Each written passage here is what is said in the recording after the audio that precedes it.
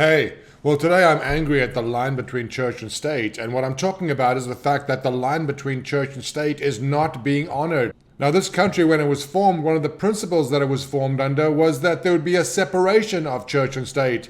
There was a government-imposed religion in the United Kingdom, and when the pioneers, settlers came over to the United States, they were determined that there would be no official religion and that there would be a separation between the church and the state. And so it has been. The state does not charge the church taxes. Churches do not pay property taxes on their property, and they are freed from many of the regulations that the rest of us are subject to. However, when it came time for this payroll protection plan, the churches, as it turns out, were in the forefront of those entities asking for money. Close to 4,000 loans were made just to Catholic associated groups. I'm not even counting Episcopalians and all the other religious denominations that there are, which are too numerous even to mention, no matter how much time you have. This is the problem that we face today. Everybody games the system.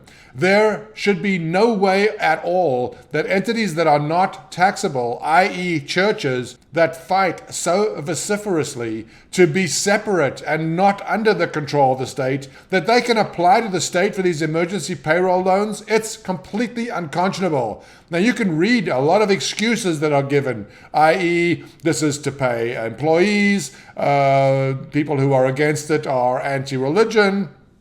There are a lot of excuses given as to why this is perfectly fine, but it is not. Church and state should be separate. There is no basis for the church, for any church, approaching the state for aid. Now, I'll point out one more thing.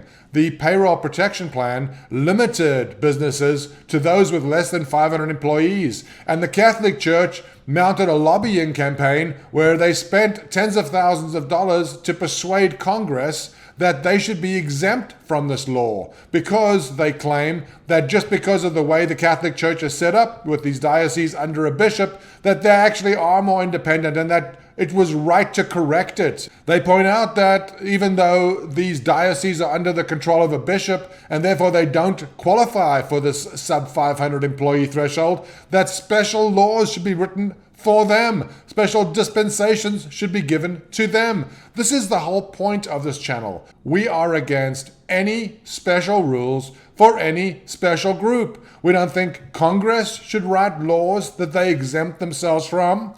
We don't think state legislators should be able to write any laws that don't apply to everybody equally. I mean, we fought this battle almost 100 years ago. We should be equal. All laws should apply to all of us equally. If it's a bad law, don't band-aid it, don't fix it. Change the law. Now, we come to this payroll protection plan, and the Catholic Church alone is estimated to have received somewhere between $1.5 and $3.5 billion. Not only that, they were one of the first groups to actually officially apply for these loans, and they got them. As I said, between 3,500 and 4,000 individual loans just to Catholic Church entities.